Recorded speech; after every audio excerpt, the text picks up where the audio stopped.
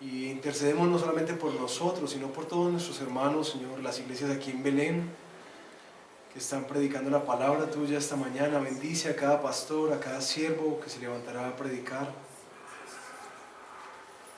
Que haya fruto de vida en cada una de estas iglesias, Señor, en donde tu nombre es levantado en alto. Y Padre, queremos también recordar a nuestros hermanos de la iglesia Monte del Rey, esta iglesia que sufrió este incendio y que esta mañana están en dificultades para reunirse. Por favor, bendícelos también. Oramos en el nombre de Jesús, que tú proveas conforme a tus riquezas en gloria todo lo que ellos necesitan. Y que así como cantábamos esta mañana, que todo sufrimiento da fruto en ti, oramos también que, Señor, estas calamidades traigan fruto, avivamiento a la iglesia. Así como la primera iglesia que sufrió persecución y eso resultó en la expansión del Evangelio a todas partes del mundo. Oramos también que estas dificultades redunden en gloria, en mayor gloria para tu nombre, en medio de esta comunidad y en medio del barrio del poblado donde ellos ministran. Te lo pedimos en el nombre de Jesús. Amén. Bueno, mis queridos, hoy vamos a retomar nuestra serie en la carta de Primera de los Corintios. Y vamos a exponer un segmento, más que un texto particular hoy, vamos a exponer un segmento que trata una problemática en Corinto.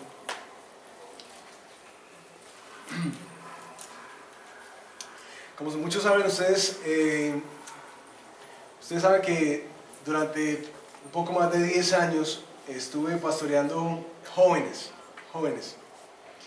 Y una de las cosas más curiosas que me da mucha risa eran las preguntas que los jóvenes hacían. Siempre llegaban después del grupo o antes del grupo y me decían: Johnny, ¿está bien si yo salgo a bailar una vez por ahí? Decía: Johnny, es que no sé, es que mis papás detestan los tatuajes, pero ¿está bien si yo me hago un tatuaje? ¿Usted qué piensa? Claro, las niñas me decían: mira, es que tengo un muchacho, es súper querido, es lindo, no sé qué, familiar, no sé qué, bueno, toda la descripción del príncipe azul, de sus sueños.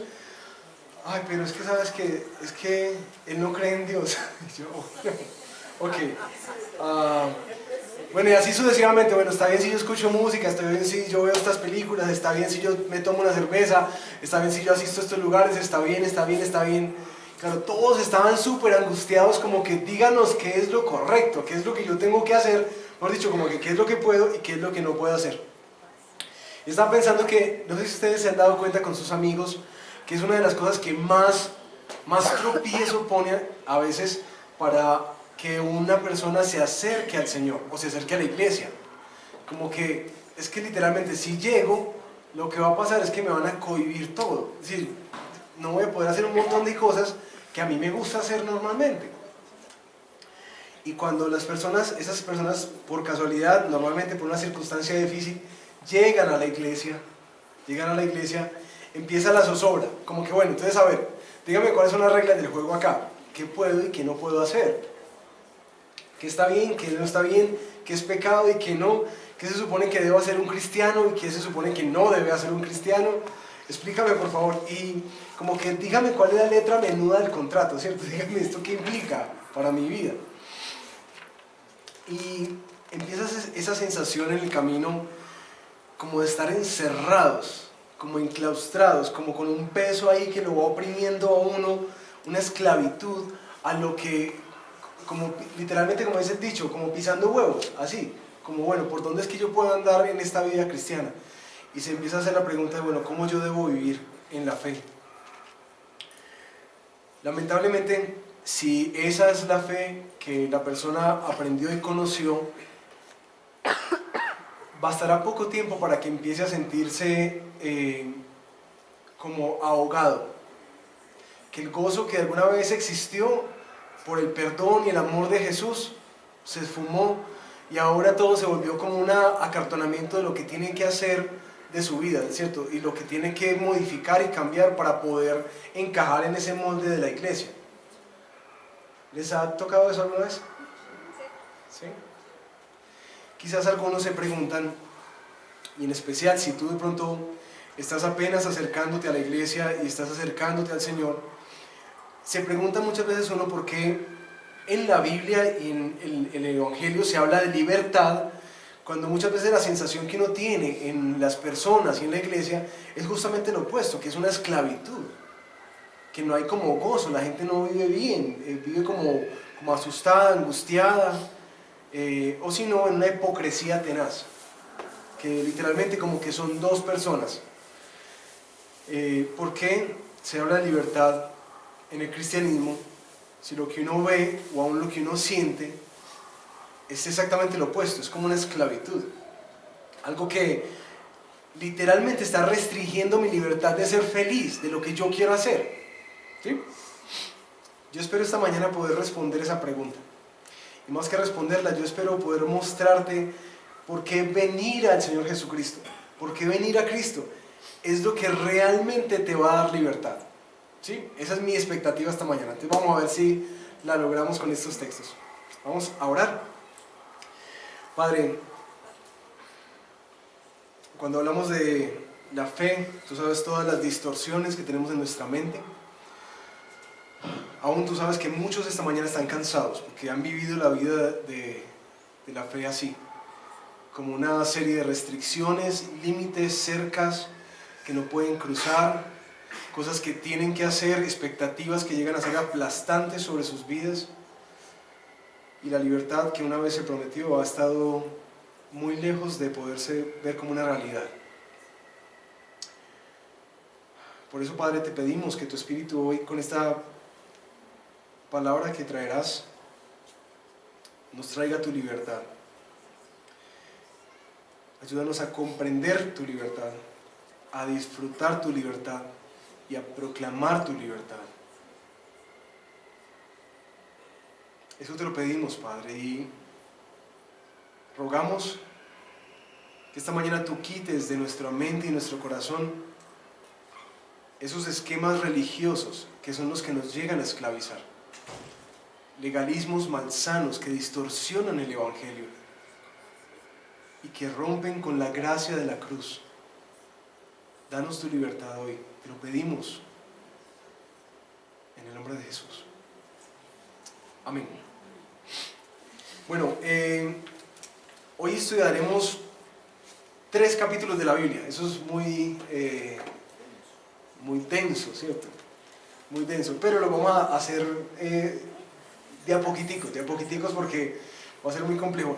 La cosa es que los 3 textos, capítulo 8, 9 y 10 de Corintios, están conectados. Si bien hace una semana estuvimos estudiando el capítulo número 9 de Corintios, esos 3 capítulos tienen un hilo conductor que nos va a permitir verlo como en panorama. Entonces, la idea hoy es no verlo como generalmente lo vemos en la minucia, el detallito chiquito de cada uno de los textos, sino ver desde un poquitico más atrás el panorama general de lo que está tratando Pablo. Empecemos explicando el problema. Resulta que en Corinto había una problemática dentro de la iglesia. Resulta que era muy común para la época sentarse a comer en los templos de los ídolos. Y estos hermanos, la iglesia cristiana que se estaba conformando por judíos y por gentiles, ¿cierto? Personas que habían sido temerosas de Dios y unas que habían sido totalmente idólatras de otras cosas, se juntaron en la misma iglesia. El Señor los había llamado y por la gracia del Señor Jesucristo habían llegado a convertirse en hermanos. Pero cada uno de esos grupos tenía su trasfondo. Cuando llegaron y se juntaron, dijeron, bueno, ¿qué va a pasar entonces con este tema de los ídolos? Para los judíos era una cosa que literalmente no podían hacer. Yo no sé si ustedes conocen judíos hoy en día. Ellos aún conservan unas normas que se llaman las reglas kosher. ¿Se han visto? De hecho, muchos alimentos tienen ese sello de calidad. Esto es kosher. Es como separado, apartado para no contaminarse según las tradiciones judías. Pero resulta que en la iglesia también habían llegado personas que no tenían ese trasfondo de la ley de Dios, de la pureza ritual, de un montón de cosas, sino que venían pues de su mundo común y corriente, que era ¿qué? Tener interacción social en el ágora, ¿cierto? En la plaza de mercado, comiendo la carne sacrificada a los ídolos. Entonces empieza a haber un conflicto entre los hermanos. Y es que resulta que para la época, lo que hacían literalmente en el ágora, donde estaban todos los templos, era que se sacrificaban animales en honor a Moloch, a Marduk, a Artemisa, había otro que vi por ahí, bueno, se me volvió el nombre. Los sacrificaban en honor a, y esa carne que se sacrificaba era la que se ponía a disposición de la gente para que pudiera comer. Muchas veces los hermanos más pobres de la iglesia de Corinto eran los que podían ir allá para comer carne gratis, porque la carne era un artículo solamente para los ricos. Entonces la iglesia se estaba inmiscuyendo en esta situación difícil. La costumbre se extendió hasta las casas, ya no solamente era un tema de los templos, sino que la carne sacrificada se llevaba o al supermercado, al euro, al mercado, se llevaba al mercado la carne, sino que se llevaban a las casas, ¿sí? Y ahí llegó el punto del problema. Para los judíos esto era prohibido, era como una contaminación, para los gentiles era una cosa muy, muy común. Entonces la pregunta es, ¿qué debería hacer un cristiano? ¿Cierto? ¿Qué puede y qué no puede hacer un cristiano con respecto a esto que socialmente era tan común? ¿Cierto? Como introdujimos esta predicación. ¿Cómo tengo que vivir yo? Este era un problema ético-social frente al tema de la comida particularmente.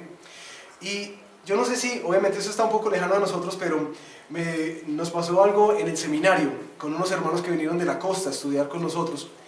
Resulta que nos fuimos a un retiro, y en el retiro pues sacamos un parqués y todos empezamos a jugar parqués ahí en el retiro, pues un retiro muy espiritual, ¿no?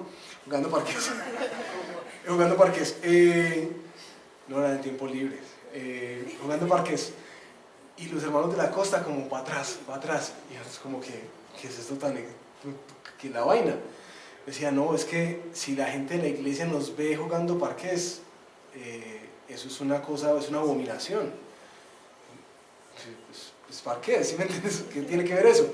Claro, para ellos, en su contexto, eso tenía todo, el parqués iba acompañado en la esquinita, con toda la mesa llena de cervezas, con las mujeres al lado. El parqués tenía una connotación muy diferente que la que tiene, bueno, no tiene tampoco para nosotros esa, sí, tiene una connotación parecida en algunos pueblos de Antioquia. Entonces para ellos era como, yo no puedo hacer eso, yo no puedo jugar parqués, eso es entrar a la mesa de los ídolos. Era muy curioso eso. Esto era lo que estaba pasando con ellos. Los cristianos en esa época podrían recibir unas invitaciones que literalmente les decía, mira, sobre todo en las poblaciones más prestantes, fulanito de tal, te invitamos cordialmente a comer de la mesa de Séfaris, esta carne sacrificada a este ídolo, por favor ven y acompáñanos en nuestra casa. Y el cristiano recibía esa carta y decía, ¿yo qué hago? ¿Sí me entiendes? ¿Yo qué hago? Esto era muy normal para mí, pero ahora ¿qué puedo hacer? Más adelante, esta costumbre que era tan arraigada en los corintios se volvió un conflicto bastante grande. Es como si para ti y para mí nos dijeran, ayer que estaba conociendo un centro comercial nuevo aquí en la ciudad, estaba repleto, y es muy común socialmente pues salir a comer al centro comercial, y hay las plazoletas de comida y unos restaurantes espectaculares.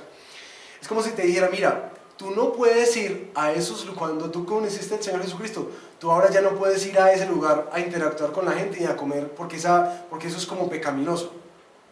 Es como que, ¿qué hago? ¿Me entiendes? Eso es algo que siempre lo he hecho, es algo muy común en mi cultura. ¿Deberían estos hermanos aceptar estas invitaciones a comer de los sacrificados de los ídolos? Y antes de tratar el problema quisiera preguntarte qué piensas, ¿sí o no? Si eso nos hace pegar a alguien, pues sí. Sí, no. Es confuso, ¿cierto? Como que, ¿qué hacer? Vamos a ver cómo trata Pablo este problema. Pablo va a utilizar estos 3 capítulos para meterse en eso. Y lastimosamente, como les dije, no podemos entrar en minucias, pero vamos a ver algo mucho más grande que te animo que en casa leas estos 3 capítulos, te van a arrojar mucha luz a quizás temas que tengas en tu propio corazón con respecto al tema. Pablo va a ahondar el problema paso a paso así. En el capítulo 8, vayan conmigo por favor a sus Biblias, 1 Corintios capítulo 8.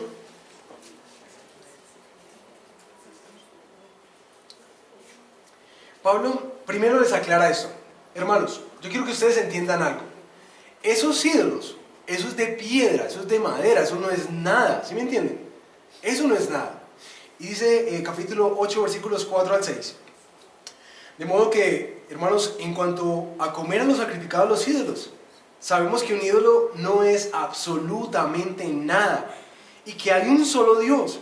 Pues aunque haya los así llamados dioses, ya sea en el cielo o en la tierra, y por cierto que hay muchos dioses y muchos señores, para nosotros no hay más que un solo Dios, el Padre de quien todo precede y para el cual vivimos, y no hay más que un solo Señor, es decir, Jesucristo, por quien todo existe y por medio del cual nosotros vivimos.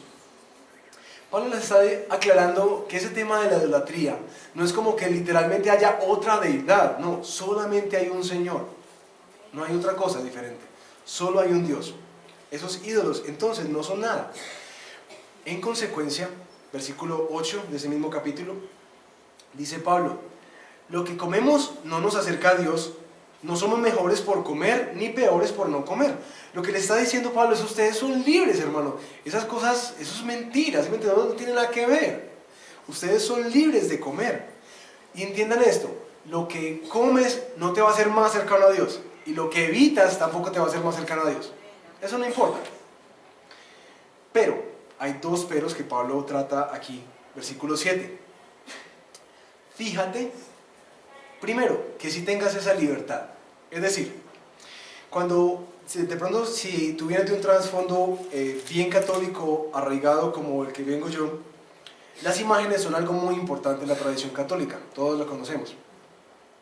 Y llega ese momento entre más vas caminando con el Señor Jesucristo y entendiendo las Escrituras, y te empiezas a dar como esa libertad, como que, oíste, ¿verdad? Dios dice que no nos hagamos ídolos, que esos ídolos no son nada, que eso no significa nada, que eso son cosas hechas por madera, que tienen ojos pero no ven, tienen oídos pero no oyen, tienen boca pero no hablan. Y eso que era tan importante para ti, esa imagen o ese escapulario o cualquier cosa que representara esa deidad, de un momento a otro tú como que lo sacaste de la casa y no te importó. Sin embargo, aquí les está diciendo: mira, tengan cuidado, mis hermanos, porque de pronto algunos de ustedes de conciencia débil todavía piensan que esos ídolos sí pueden hacer algo, como que, uy, no, es que si yo no le rindo adoración a este ídolo, de pronto no me va a bendecir en el trabajo, o no va a hacer esto. Eso es como ese sincretismo que a veces en la iglesia cristiana se suele dar de los agüeros que se tienen, ¿cierto? Confiamos completamente en Dios, pero tenemos algunas otras cositas por si de pronto algo falla. Pablo le dice: mira, este es el tema, Romanos 14, 23. Si tú tienes dudas acerca de si debes o no comer algo en particular, entonces para ti es pecado comerlo, pues no eres fiel a tus convicciones. Y escuchen esto: si haces algo que crees que está mal, entonces pecas. Si haces algo que crees que está mal, entonces pecas. ¿Qué es lo que está diciendo Pablo aquí? Si no estás convencido que ese ídolo al que adorabas realmente no es nada y todavía tienes temor en tu corazón de eso, y vas y comes de esa carne, estás pecando. Vamos a ver si más adelante se nos aclara este tema. Y aquí hay un principio para nosotros, mis hermanos, en la cotidianidad de tu vida. Si tú no estás convencido de que algo que quieres hacer o alguna decisión que quieres tomar está bien delante del Señor, abstente de hacerlo. Abstente de hacerlo. Y ahí está el pero número 2. Versículo 9. Pero, aunque tienes libertad, esos ídolos no son nada. Primero, fíjate que si tengas esa libertad en tu conciencia. Y 2, fíjate de que eso no se convierta en un motivo de caída para otras personas. Es decir, no se trata solo de ti, se trata de los demás y particularmente de los hermanos débiles en la fe. Seguido a esto, Pablo pasa al capítulo número 9, que lo expusimos la semana pasada, con respecto al derecho que tiene un apóstol de ser sostenido, de ser pagado por la iglesia. Y ahí es donde Pablo llega a decirnos, versículo 19, capítulo 9, versículo 19.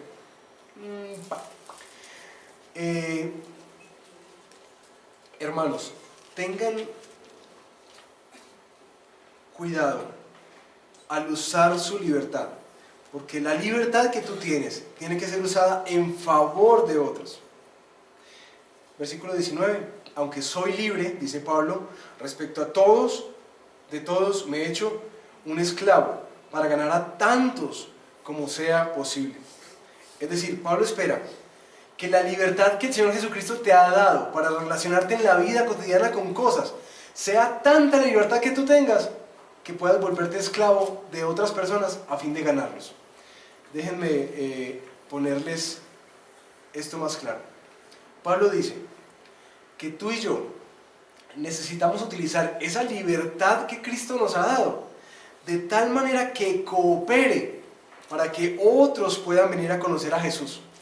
Y ahí es donde en el capítulo 9 Pablo va a decir que se hizo judío a los judíos, que se hizo gentil a los gentiles, que se sometió a la ley para ganar a los que estaban bajo la ley, que se hizo como si no tuviera ley para ganar a los que no tenían ley, que se hizo como un débil para ganar a los débiles. Y hay una pregunta grande. ¿Qué es eso de hacerse como alguien para ganarlo? Tener empatía. Ahora, si es hacia un judío, pues bueno, vuélvase legalista y ahí va llegando a tejer puentes con ellos. Pero cuando dice que se haga como un gentil, alguien que no está bajo la ley, ¿cuál es el grado de fraternización que Pablo podía experimentar entonces ahí? Seguramente iba a hacer cosas que la ley de Dios iba a ser como difícil de entender, como que, como polémico quizás. Y aquí dice Pablo, utiliza tu libertad no para hacer lo que tú quieras, sino utiliza tu libertad para ganar a otros, para que conozcan al Señor Jesucristo. Seguido a esto, Pablo va al capítulo 10, en el versículo 6 al 10, les advierte algo. Bueno, ya que tienen tanta libertad, yo les advierto algo. Tengan cuidado, que su libertad no se convierta en ¿qué? En un libertinaje. Y les hace una narración de la historia de Israel, donde les advierte que Israel probó tantas cosas espectaculares de Dios, y aún así toda esa generación quedó tendida en el desierto. Esos que vieron a Dios en una nube de fuego, en una nube que los guiaba, ese que vio y cerró el mar delante de ellos y mató a todos los egipcios ahí, ese que les dio maná, ese que les dio agua, ese que hizo cosas milagrosas en medio de ellos. Toda esa generación que tuvo tanta comunión con el Señor quedó tendida en el desierto. Y ahí es donde Pablo les advierte, hermanos, cuidado. Capítulo 10, versículos 6 al 10. Todo esto sucedió para servirnos de ejemplo a nosotros, a fin de que no nos apasionemos por lo malo, como lo hicieron ellos. No sean idólatras, como lo fueron algunos de ellos. Según está escrito, se sentó al pueblo a comer y a beber y se entregó al desenfreno. No cometamos inmoralidad sexual, como algunos lo hicieron, por lo que en un solo día perecieron 23,000. Tampoco pongamos a prueba al Señor, como lo hicieron algunos y murieron víctimas de las serpientes. Ni murmuren contra Dios, como lo hicieron algunos y sucumbieron a manos del ángel destructor. Pablo les dice, versículo 12, hermanos, ustedes son libres. Ustedes ya no están sujetos a lo que tienen o no tienen que hacer, lo que se puede y lo que no se puede hacer. Pero cuidado, el que esté firme, mire que no caiga. Y ahí Pablo lanza una advertencia a estos hermanos. Mira, en este tema, con respecto a los sacrificados a los ídolos que pueden comer o no, hay una libertad que el Señor te dio. Pero ¿sabes qué? Sospecha de ti mismo. Ten cuidado de ti mismo. No te creas que tú eres muy fuerte y muy valiente para meterte en situaciones en las que quizás vas a caer, en las que quizás vas a ceder, en las que quizás se te va a endurecer el corazón. Ten cuidado, mi hermano. Es lo que Pablo les está diciendo. Sin embargo, versículo 13 del capítulo 10, Dios es fiel. Y hay una promesa preciosa. Él no permitirá que seamos tentados mucho más allá de lo que podamos soportar. Y no solamente eso, sino que cuando venga esa tentación, eso que te quiere alejar del Señor, esas situaciones difíciles y complejas, Él te va a dar una salida para que tú salgas corriendo y huyas de la idolatría. Y aquí hay un principio que Pablo nos deja. Debemos ser conscientes de la debilidad que tenemos. Nosotros no podemos jugar con fuego. No juegues con fuego. Y aquí hay una cosa que quisiera como anclar en este pensamiento. ¿Cómo sé entonces en qué me puedo meter y en qué no? ¿Hasta dónde puedo llegar? Escucha esto. Si tu búsqueda aún no está satisfecha en Cristo, si todos los deseos de tu corazón, por ser amado, por encontrar la felicidad, por encontrar realización y propósito en la vida, si todavía no los has encontrado en Cristo, mi hermano, ten cuidado, porque seguramente vas a empezar a buscarlo en otros lugares. Entonces, puede que tú estés en la iglesia cristiana, puede que estés aquí buscando al Señor. Sin embargo, si en tu corazón todavía hay esas cosas que te llevan a buscar como satisfacción y vida en otros lugares, seguramente no va a ser apropiado que tú te metas allá. Si tú estás viviendo una vida con sufrimiento, con prueba, un desierto espiritual en este momento, si tú no estás lleno y satisfecho desde adentro, completamente en Jesús, seguramente la próxima invitación a una rumbita que te hagan va a ser algo muy fuerte para ti. Y quizás no sea apropiado que tú digas, no, yo tengo libertad en Cristo, pues venga, vámonos para allá. No, porque tus búsquedas todavía no están satisfechas en Él. Y ahí es donde Pablo dice, mira, tengan cuidado. El que esté firme, fíjese que no caiga. Creo que... Bueno, después les cuento eso. Pablo sigue en el desarrollo del texto y nos lleva al final del capítulo 10, dándonos unos consejos prácticos para decidir, que creo que es la parte más deseada por todos nosotros. Bueno, entonces dígame, ¿cómo lo hago? ¿Qué tengo que hacer? ¿Cuánto sí o cuánto no? Sabemos que no hay una ley para cada cosa en la Biblia, ¿sí me entiendes? No hay una ley que te diga exactamente qué tienes que hacer en cada cosa de tu vida cotidiana. Sin embargo, sí hay unos principios que rigen.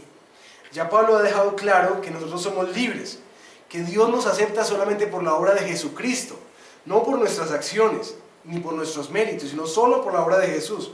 Sin embargo, sí nos recuerda que nuestras obras sí hablan acerca de nuestra fe. Una fe verdadera ha de mostrarse en hechos, como dice la carta de Santiago. Y aquí Pablo termina dando como 3 razones que se convierten para nosotros en 3 preguntas que tú tienes que hacerte en cualquier situación gris que encuentres en tu vida. 3 razones que se convertirán en 3 preguntas. Capítulo 10, versículo 23. Hermanos, todo está permitido, pero no todo es provechoso. Todo te está permitido, pero no todo es constructivo. Primera pregunta. Lo que quiero hacer, esta decisión que voy a tomar, ¿esto es provechoso para mi vida? ¿Esto es constructivo para el proyecto de Dios en mi vida? Esa es la primera pregunta que tienes que hacer. Con invitaciones, con decisiones, con situaciones en las que no sabes como que qué es lo que debes hacer. Bueno, ¿esto es provechoso? ¿Esto construye lo que Dios quiere construir en mí? ¿O definitivamente no? Segundo, versículo 24. Que nadie busque sus propios intereses, sino los de su prójimo. Y ahí está la segunda pregunta. ¿Esto beneficiará o esto será más bien de tropiezo para que otros conozcan de Jesús? ¿Esto va a ser bueno para otros o esto va a generar tropiezos para otros?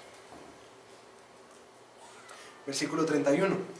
Pablo termina diciendo, en conclusión, hermanos, ya sea que coman o beban o hagan cualquier otra cosa, háganlo todo para la gloria de Dios. Y ahí está la tercera y creo que la más importante de todas las preguntas que tenemos que hacernos cotidianamente. ¿Esto que quiero hacer trae gloria a Dios? ¿Esto hace que el nombre de Dios se vea más grande? ¿Que sea exaltado? ¿Que sea respetado? ¿Que sea honrado? 3 preguntas para que las lleves, porque eso lo puedes guardar en tu billetera en la próxima incertidumbre que tengas. ¿Esto es provechoso o constructivo para mi vida? ¿Esto beneficiará o será de tropiezo para que otros conozcan a Jesús? ¿Esto trae realmente gloria a Dios? Y quiero darles una ilustración personal. Espero que me miren igual después de esto.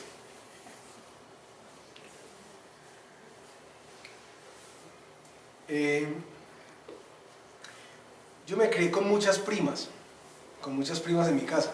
Y en mi casa materna tengo 10 tíos, entonces eso es mucha gente. Es mucha gente. De a 2 y 3 hijos por cada uno, es mucha gente en mi familia. Y claro, como me crié con mis primas me enseñaron a bailar desde muy pequeñito. Y aquí va la confesión, a mí me encanta bailar.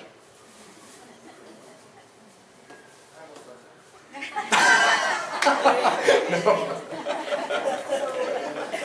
Una demostración. A mí me encanta bailar. Eso, si ustedes lo ven, es parte de la cultura. Uno está en la calle y así sea el reggaetón más hediondo que tú dices, no, eso es horrible. Ese pum, pum, pum. Uno empieza al menos con un pie. Eso es algo, hay algo que es cultural nuestro. Es cultural nuestro. Bueno, resulta que por decisión personal, bueno, no, porque si me jaló las orejas una vez, sí, pensando en este tema de la libertad, estando de novios con Sari, nos fuimos por allá a uno de esos barcitos de la 33. Y bueno, claro, nos sentamos y pedimos una cosa de esas de cerveza. Yo era el director de alabanza también de la iglesia, ¿no? Para poner el contexto. Y yo decía, mira, no, hay una libertad que yo tengo, de esto, yo no me voy a embriagar, yo no voy a nada, me fui con Sari, yo no voy de juerga, pues, no. Pero algo bello cuando tú entregas tu vida al Señor Jesucristo es que dice la palabra que el Espíritu Santo de Dios viene a ti y Él te enseña lo que debes hacer. Y yo recuerdo ese momento que nos sentamos y tomamos la cerveza, y antes siquiera de tomar algo, los dos al mismo tiempo escuchamos esto dentro de nuestro corazón: ustedes ya no pertenecen aquí. Claro, eso fue espantador, eso fue como que, ¿qué fue esta vaina tan extraña? Si no, nos miramos, pagamos la cerveza, la dejamos tal cual y adiós, y hasta el sol de hoy. Nadie nos dijo que no podíamos ir a una discoteca. El Espíritu Santo de Dios, cuando tú caminas con Él, te va guiando en tu vida. Dices, mira, ¿sabes qué? No. Ahora, eso duró hasta un tiempo en que, bueno, como mi esposa también le encanta bailar, encontramos, alguien nos apió por ahí una discoteca, bueno, no sabemos que era una discoteca, era un lugar en que enseñaban clases de bachata y salsa gratis. Yo, uy, qué maravilla, taque, vámonos para allá. Claro, resulta que nosotros en ese tiempo estábamos en la iglesia del Poblado, justamente en Vizcaya, y el lugar donde enseñaban resultó que era una discoteca. Era un jueves en la noche, estaba en ese momento era la moto del pastor de jóvenes, que era bien reconocible, ahí afuera de una discoteca de jueves en la noche. Pero era muy chévere porque era muy familiar el ambiente, era muy bacano y lo disfrutamos muchísimo. Era como un tiempo nuestro, ¿sí me entiendes? Era como un tiempo de pareja, muy especial. Y una de las cosas que nos impactaba de ese tiempo es que, ahora no estoy haciendo una apología del baile, pues, pero quiero explicarles algo de este tema. Era que, por un lado, había una conexión como muy especial como pareja. Creo que algo de lo que decía la palabra, mira, deleítate en la mujer de tu juventud. Hay algo como tan bello que Dios nos dio. Dios nos dio eso. Pero en el tiempo que íbamos yendo, nos empezamos a percatar el impacto que generaba eso en los profesores. Porque si ustedes nos conocen, nosotros somos muy melosos, ¿cierto? A veces hasta hastiamos. Pero eso impactaba mucho a los profesores y la gente miraba.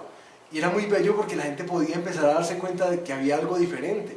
¿Y saben qué era lo diferente? No que éramos unos salseros así tremendos, no. El Señor era lo que hacía la diferencia. El matrimonio que estaba construido en Cristo era la diferencia.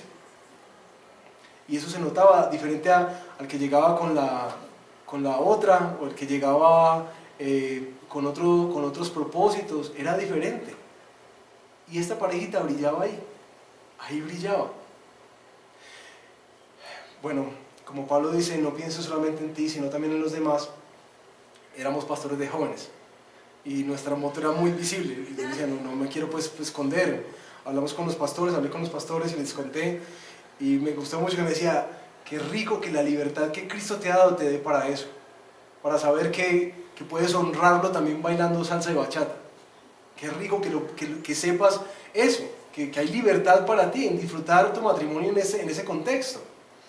Sin embargo, tienes que tener en cuenta que hay muchos más que te están viendo y que quizás no tienen esas comprensiones que tú estás teniendo en tu mente. Bueno, por esa razón dejamos de ir, porque había muchos jóvenes que yo les decía a Sari con mucha tristeza, qué tristeza que en la iglesia cristiana no haya madurez para entender esto y para hacer sal y luz donde se necesita hacerlo. Qué tristeza eso. Sin embargo, explicamos esto y cuidamos a nuestros jóvenes, que ellos pudieran estar tranquilos, porque claro, ellos no lo iban a ver como que tan bonito como están dando gloria a Dios. No, al otro viernes, el otro sábado están emparrandados por ahí y uno los cogía en Facebook. Viste, con razón no viniste al grupo de jóvenes, ¿no? Pero bueno, después, como los pies se seguían moviendo, fuimos al gimnasio y encontramos unas clases de rumba aeróbica. Eso sí era una bacanería. Y ¿saben qué era la cosa? Yo decía, ¿quién sabe qué pensará la gente que nos vea por aquí bailando? Pero fue también muy bello porque era eso. En poco tiempo los profesores empezaron a decir, mira, la parejita enamorada. Y ya sabían que seguíamos al Señor Jesucristo. Y eso era precioso, precioso. Que ellos pudieran ver que Cristo hace la diferencia, que uno puede disfrutar la vida con el Señor Jesucristo. Bueno, después nos pasamos de cosa y al final no podemos seguir yendo a las clases de rumba aeróbica. Por ahí sigo buscando unas clases que sean de alguna cosa, que sea como en un lugar más apropiado y que tengan como un poquitico más de luz, que no sea una discoteca, para no ser tan polémicos. Pero, mis hermanos, yo quería, perdónenme que les hable de un carácter personal, esta ilustración, pero quería que vieran cómo es que se articula esto. Porque creo que nuestra cultura necesita más cristianos que sientan libertad en Jesús. Muchas veces nosotros somos los principales tropiezos para que otros vengan a conocerlo. ¿Por qué? Porque lo que presentamos es un legalismo fastidioso y una religiosidad que no invita a nada. Un camino de prohibiciones, no hay vida, no hay como frutos, no hay nada. Es como que ven y sométete a este régimen. Y créeme, pregúntale a tus amigos afuera a ver si no sienten que el cristianismo es algo así. Creo que nuestra cultura necesita entender cada vez más la libertad con que Cristo nos hizo libres. ¿Para qué? Para servir a otras personas. Pero ¿sabes también para qué? Para redimir la belleza de nuestra cultura. Es que este tumbado es algo que Dios dio, ¿sí me entiendes? Eso no es del pecado. El tumbado viene del Señor, Él nos dio capacidad de movilizarnos. Él nos dio capacidad de disfrutar el arte, la música. Él nos dio eso. Y yo no sé en qué momento eso se volvió satánico. Cuando es algo que Dios nos dio para poder disfrutar, para glorificarlo a Él. Creo que la cultura necesita más creyentes que estén dispuestos a redimir de una manera sana la cultura y las cosas bellas de ella. Ahora, creo que también necesitamos hacerlo de una manera responsable, de una manera que no deje duda que tú estás glorificando al Señor.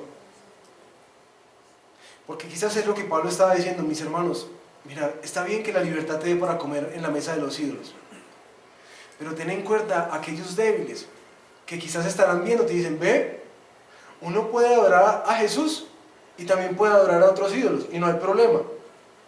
Y ese es el problema con cada una de las áreas grises de nuestra vida de fe. Que quizás personas que te puedan ver digan, uy, ve, está bien hacer esto y esto. Y por esa razón nosotros salimos de ese contexto de ir a aprender salsa en una discoteca en la noche, porque era como polémica la cosa. Y tenemos que cuidar a nuestros hermanos. Sin embargo, creo que tenemos que redimir más esto. Redimir más eso. En nuestras familias, redimir más eso. Hay algo de la belleza que yo quisiera que ustedes pudieran explorar. Y no necesariamente tiene que ser con que bailen, ¿sí me entiendes? Con cosas que quizás cuando llegaste a la fe dijiste, no esto, no esto, no esto. O sea, no, ¿sí me entiendes? Hay una libertad que Dios te dio para disfrutar la vida. Y quizás necesitamos entender eso, que comer algo no te acerca más a Dios, ni tampoco te aleja más de Él. Que bailar no te va a acercar más a Dios, ni te va a alejar más de Él. Y así, que escuchar, no sé, Diomedes Díaz no te va a acercar más a Dios, ni te va a alejar más de Él. Es decir, cada uno, paso a paso con el Espíritu Santo, va a tener discernimiento de, bueno, Señor, como que en qué sí puedo según mi fortaleza, y en qué definitivamente esto no. Yo he encontrado hermanos que han sido rescatados del alcoholismo, varios de ellos, que me dicen, sabes que yo no puedo oler alcohol, o de la droga, fueron rescatados de ahí, pero sabes que yo prefiero no pasar por los lugares donde huela marihuana, porque es una lucha en mi corazón. Y uno tiene que tener cuidado de eso, uno no puede decir, uy no, pues este tan débil, usted necesita madurar más en la fe, no, tiene que ser compasivo con ellos. Dice, si eso ocasiona a mi hermano de caer, entonces más bien nunca comeré carne. Y así cada uno de nosotros tiene que estar dispuesto a decir eso. Mira, si el baile es ocasión de caer para mis hermanos, entonces nunca bailaré. Porque ¿por qué voy yo a estropear la fe de mi hermano? Porque Cristo murió. Eso es mucho más valioso que seguir mis deseos. Y ahí el llamado de atención para nosotros es ese. Mis hermanos, este llamado es un llamado a morir. Y por eso Pablo termina diciendo, capítulo 10, versículo 33. Hagan como yo, que procuro agradar a todos en todo. No busco mis propios intereses, sino los de los demás. ¿Para qué? Para que sean salvos. Capítulo 11, versículo 1. Imítenme a mí, como yo imito a Cristo. Y creo, mis hermanos, que este es el llamado para nosotros particular. El llamado a la libertad que el Señor Jesucristo nos hace. Disfrútala, pero ten en cuenta, mi hermano, siempre alrededor tuyo. Siempre cosas que glorifiquen al Señor. Procura imitar a Cristo en esto. ¿Que qué? Que se rebajó, se sacrificó por amor a otros. En última, si tú te das cuenta, la libertad del cristiano es una libertad que debe caminar tras la misma libertad que expresó Jesús, que se podía sentar con las prostitutas y con los pecadores, con toda libertad, algo que era repudiado en la época, con toda libertad. ¿Para qué? Para ganarlos a ellos. Y quizás el Señor vaya a traer en esa libertad más y más y más personas para su gloria. Quiero terminar respondiendo la pregunta que hicimos al inicio. ¿Por qué se habla de libertad en el cristianismo si lo que yo vivo o aún lo que he visto es esclavitud constante? Creo que antes de entrar a esa pregunta uno tiene que preguntarse, porque tiene una premisa detrás, y es que la verdadera libertad es hacer lo que yo quiera hacer. Y quisiera preguntarte, ¿qué tan libre sientes tú que eres? ¿Qué tan libre crees que eres? Vamos a hacer un diagnóstico rápido. Creo que solamente piensa, ¿por qué deseas lo que deseas? Yo sé que cosas por practicidad, gustos. ¿Por qué te vistes como te vistes? ¿Por qué te peinas el pelo como te lo peinas? ¿Por qué deseas el carro que quieres? vivir en determinadas cosas. ¿Por qué deseas esos destinos turísticos particulares? ¿Por qué? ¿Tú crees que desearías exactamente lo mismo si hubieras nacido en otro lugar del mundo? De pronto, si estuvieras en medio de la selva, ¿desearías las mismas cosas que hoy deseas? Y yo no sé, nuestro mundo habla mucho de libertad, que tengamos libertad para hacer lo que queramos. Pero en últimas, ayer que estábamos en el centro comercial, uno empieza a caminar y los pelados vestidos igualitos. Aún los más hipster, pues los más que no, yo soy salido del molde, andan todos igualiticos. Es como que la música que escuchas, las películas que ves, el celular que tienes en la mano. Dime qué tan libre fuiste para escoger esas cosas. ¿Sí crees que eres libre? No hay no que mires alrededor. Todos estamos encasillados en parámetros y límites. De hecho, definimos la felicidad como la define el mundo. No la definimos de otra manera distinta. Nosotros no somos libres. ¿Sí me entiendes? Nosotros solamente hacemos lo que inconscientemente estamos programados para hacer. Por eso nos gusta lo que nos gusta, queremos lo que queremos, nos sufrimos con lo que sufrimos. Por eso, por alrededor. Sácate de este contexto y verás que no sufres con muchas cosas que en este momento estás sufriendo. O cosas que en este momento estás deseando. Aquí está el tema de la pregunta. Si se habla de libertad en el cristianismo, porque yo veo una esclavitud. Lo primero que quería descifrar es, mira, nosotros no somos tan libres. ¿Y por qué es que realmente podemos experimentar libertad en el Señor Jesucristo? Y te lo voy a decir. Es a causa del Evangelio. La obra de Jesús en la cruz no solamente paga nuestro pecado, nuestra deuda con Dios, sino que la obra de Jesús en la cruz también nos libera del poder opresor, del pecado sobre nuestra vida y de las expectativas que nos aplastan cotidianamente en la vida. La obra de Jesús te libera primero de ese legalismo de lo que tienes que hacer para poder mantenerte bien con Dios. ¿Por qué? Porque te recuerda el Evangelio que Dios ya hizo todo lo que tenía que haber sido hecho para que tú pudieras acercarte a Él, que ya tu deuda ha sido pagada.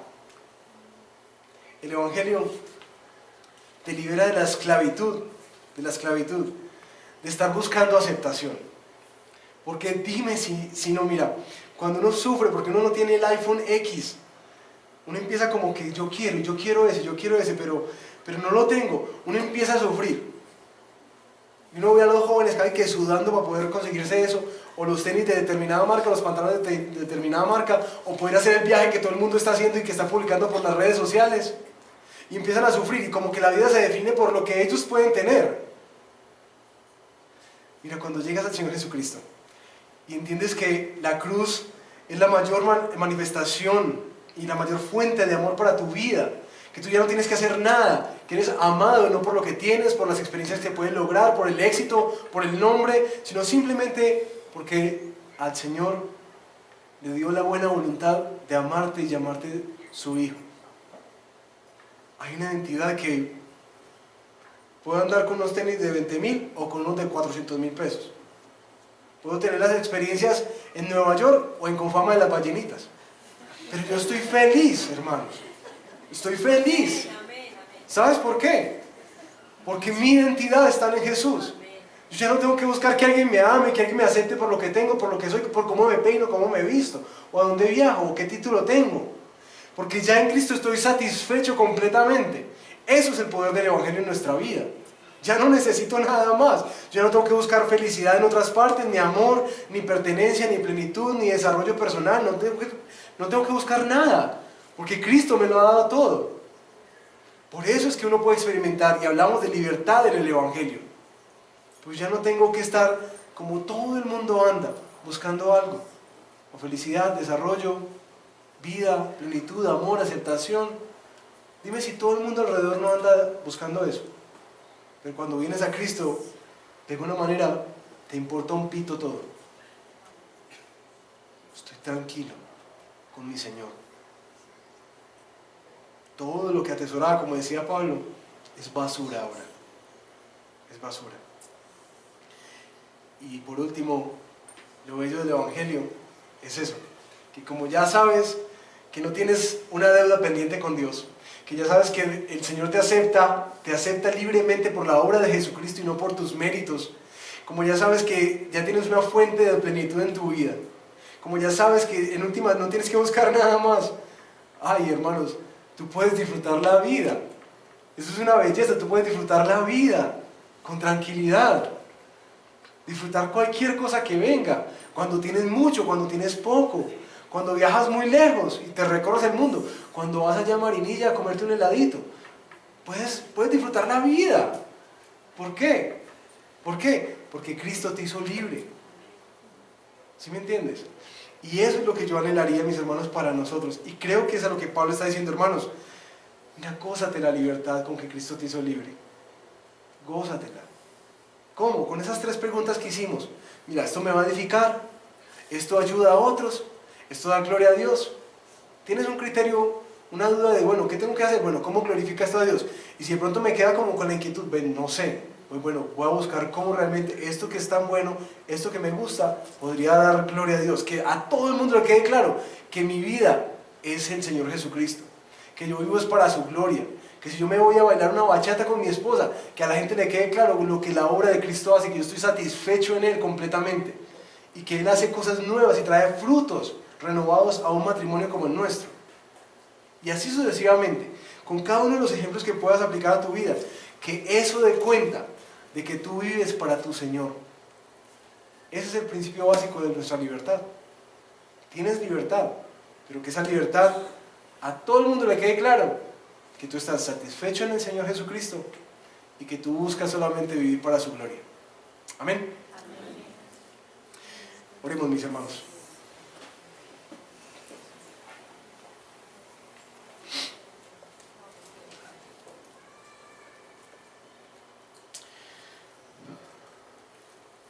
Señor, tú sabes que casi la mayoría de nosotros se nos metió en un molde religioso, legalista, que ha hecho que en este tiempo la vida cristiana ni se disfrute, ni sepa bueno, que no haya gozo. Y eso lo que evidencia, Señor, es nuestra profunda necesidad de conocer más a Jesús y a la obra que Él ha hecho en la cruz para liberarnos. Padre, por favor, no nos permitas caer en lo que cayeron los Gálatas, en el libro que Pablo escribió. Gálatas insensatos. Si ustedes andaban tan bien, ¿por qué se desviaron queriendo cumplir cosas cuando la vida venía a través del Espíritu? Señor, danos libertad. Y yo te pido que hoy, a quien está cansado de estar siguiendo normas y reglas, tú le lleves a experimentar la libertad, el perdón y la gracia que hay en Jesús. Pero también a quien todavía tiene temor, Señor, yo te pido que le des la gracia de recibir la dirección de tu Espíritu, para tener paz en nuestro corazón, paz de lo que nos estás llamando a hacer y de lo que definitivamente tenemos que alejarnos también. Danos conciencia a nuestro pecado y, como alertaba Pablo, de mirar la fortaleza que tenemos o la debilidad que tenemos y orar consecuentemente. Pero también, Padre, danos la gracia de ver las cosas que quizás apartamos de nuestra vida, pero que hoy pueden ser redimidas para tu gloria, que pueden ser instrumentos para ser usados para la gloria de tu nombre, para que otros lleguen a conocerte a ti.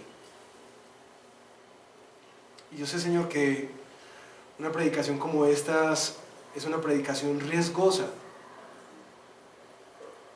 pero, Señor, confío y descanso en que tu Espíritu culminará la obra en nuestro corazón,